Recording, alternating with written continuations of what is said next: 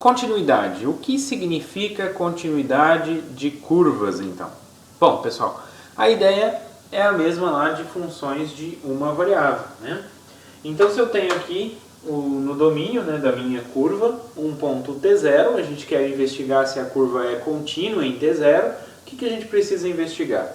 Então, olha só, o valor da curva, aqui o valor da curva no ponto t0 importa, então ela tem que estar definida em t0 para fazer sentido, para a gente dizer se ela é ou não contínua num ponto t0, ele precisa estar no domínio da minha função, tá? Da minha curva.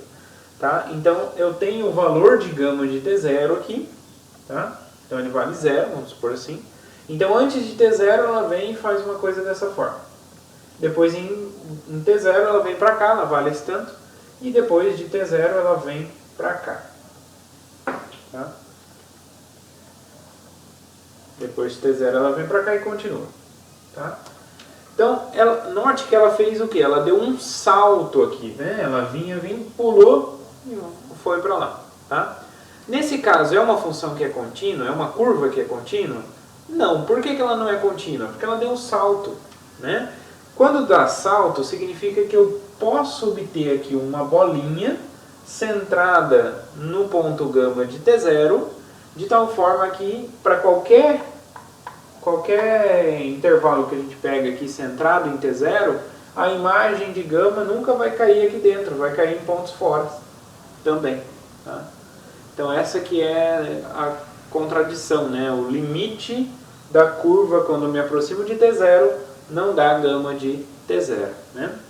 Então, se eu tenho uma curva gama, saindo de um subconjunto A da reta, chegando em Rn, uma curva na Rn, a gente fala que ela é contínua, C somente C, o limite dessa curva quando eu me aproximo de t0 é gama de t0. Tá? Então ela vai ser contínua num ponto t0, se o limite quando eu me aproximo de t0 é gama de t0. Beleza? Essa que é a ideia, essa definição. E como que é o limite de uma curva? Então, é o limite de cada função coordenada. Então, uma curva vai ser contínua num ponto t0 se cada função coordenada é também contínua nesse ponto t0. Ok? Lembrando que esse t0 tem que estar no domínio, senão não faz sentido isso aqui. Tá? Então, portanto, uma curva na Rn é contínua se suas funções coordenadas forem contínuas em t0. Tá? Como eu havia dito. E aí a gente estende essa definição, a gente diz que uma curva é contínua num conjunto B, né, num subconjunto de A, um conjunto B, se ela é contínua para todo ponto no conjunto B, né, para todo T em B.